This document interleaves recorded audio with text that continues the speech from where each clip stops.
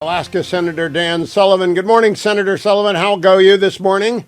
Good morning, Hugh. I'm doing great. Merry Christmas, and I hope you and your family are doing well as well. We are, and the Browns are even a little bit better, and the Ohio State Buckeyes have been resurrected, so I like that too. Senator, Well, you know what? I wanted to mention, I know you and I love to talk football. I am actually going to the greatest game, in my view, of the year. It's a little underrated. I go every year with my dad, a Navy veteran, my brother Sean, a bunch of my siblings. Army-Navy this weekend. It's going to be awesome. Best game go in America. Navy, beat Army. Go We're Navy, beat Army. I love that. My son will be there. My son-in-law can't make it this year, both active duty Navy, and we are very, very pro-Navy here. You're right, go Navy, beat Army, but I'm glad. I've only been once. It's quite the spectacle. Oh, Senator. You got to go. You need to go. Come with me. I go every year. Unfortunately, my dad passed away 2 years ago.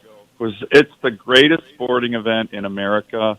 Anytime you want to come, I'll be there. So thank you, Senator.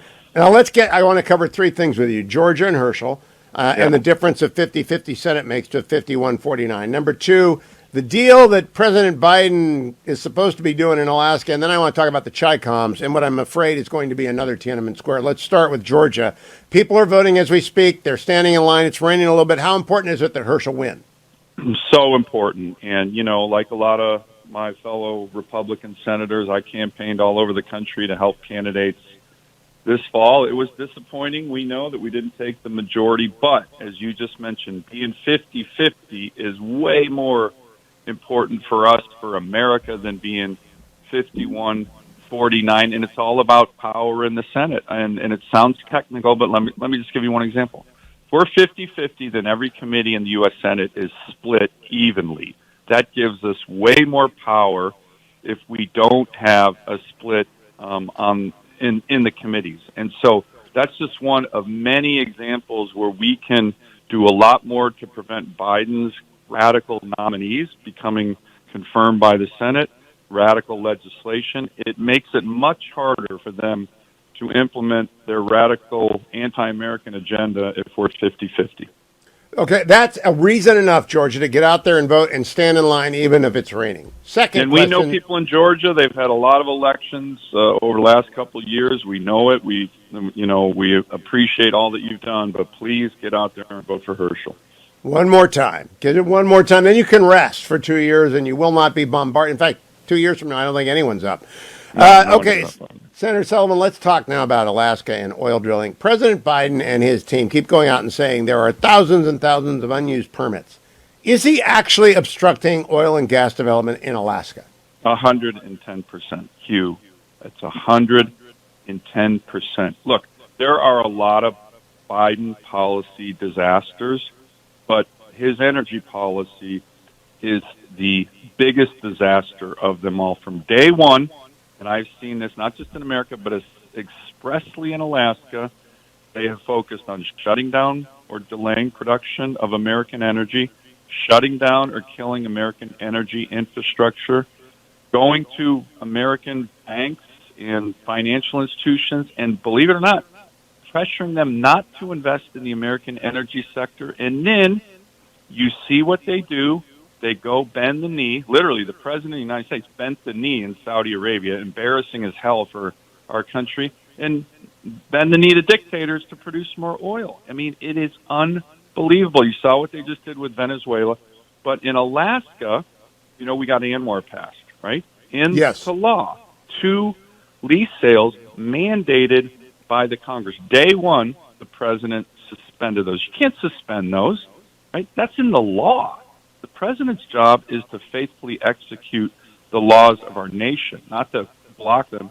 And then now we have this incredible project called the Willow Project. It has been in permitting, if you can believe this, Hugh, for almost 20 years.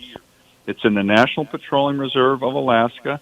It is ready to go. If the Biden administration gives the green light on this, it will produce over 2,500 jobs, and at peak production, Willow will produce 190,000 barrels a day, and they're delaying it.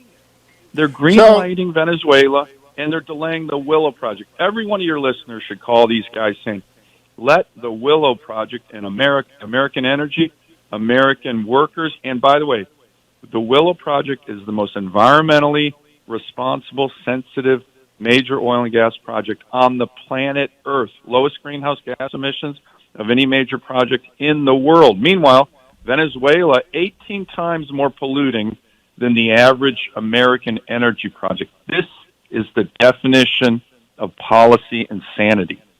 So, Senator, when you hear the president say, we've given thousands of permits that the oil and gas industry isn't using, they should use those first, or you hear Karine doing that at the White House, what should the follow-up question be to focus folks on the facts of their obstruction as opposed to their talking point deflection?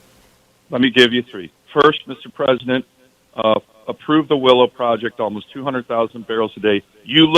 I pressed the President of the United States directly on this project 18 months ago. Directly. I even gave him a memo on it. He said he wasn't aware of it, which I believe. He's not aware of a lot of things. And 2 days later, his White House called me saying the President's going to support Willow. Okay?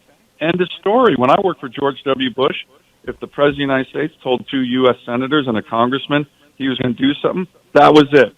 So number one, approve Willow. That's American. That's the biggest American energy project in the country right now, ready to go. Been in permitting for almost 20 years.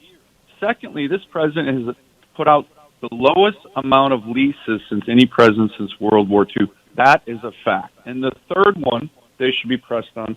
Now, this is a little more technical, but it's in the energy sector. There are things. These aren't just the leases. There are these things. Once you get a lease, are called applications to drill.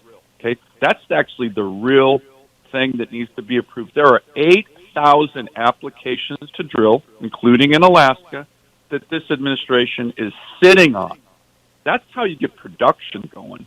The applications to drill. I knew that, but sitting on. We needed the specifics. Now, before we run out of time, I want to ask you about the Chi-Coms.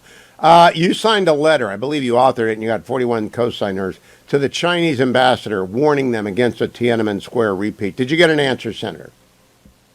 They said they were going to give us an answer within a couple hours. We haven't gotten any answer for that, but Ambassador, if you're listening, or any other Communist Party, we want an answer, right? We want an answer. Our letter was very simple. By the way, almost half the Senate, including a lot of Dems, signed on to my letter, and it essentially just said we're watching very closely these historic protests. Last time you had protests of this magnitude, you undertook a violent crackdown, 1989, Tiananmen Square, that killed hundreds, if not thousands, of peacefully protesting students, and we caution the Chinese Communist Party in the strongest possible terms not to kill your people, again, simply because they want more freedom. You know, Hugh, this goes exactly to the biggest vulnerability Xi Jinping has, and it's this. These guys fear their own people. They fear their own people, and we need to exploit that vulnerability every opportunity we can. Okay, Senator, I talked to Len Kordakovsky yesterday about the cracks in the Iranian regime's ability to hold their people down. They are forming. They're spider-like. Do you think that regime is close to tumbling? Not yet, but it's the same issue. The terrorist regime in Iran, the biggest thing they fear is their own people. And it's the same thing we need to be doing with regard to China. When the protesters take to the streets, these brave Iranian women, I mean, you want to talk about courage? When they take to the streets, the United States needs to lift its voice in support of these kind of heroes, in my view. That was the purpose of the letter we sent to the Chinese Communist Party. I thought that world leaders' response to the protests in Beijing and throughout China, to the protests in Iran, have been much too tepid, including from Joe Biden. World leaders need to speak up and actually show support for these brave people who are who are pushing for freedom. That was the point of our letter to the Chinese Communist Party, and we need to do it in Iran.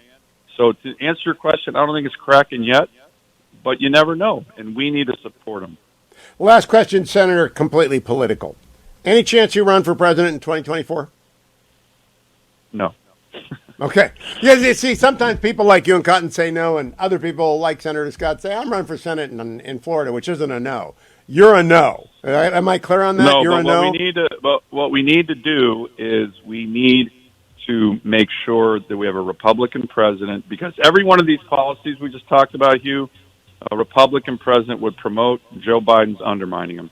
I appreciate that, and I also appreciate clarity. Thank you, Senator. He's a great Ohioan, but he's also an Alaskan. He's been in Alaska forever. Senator Dan Sullivan.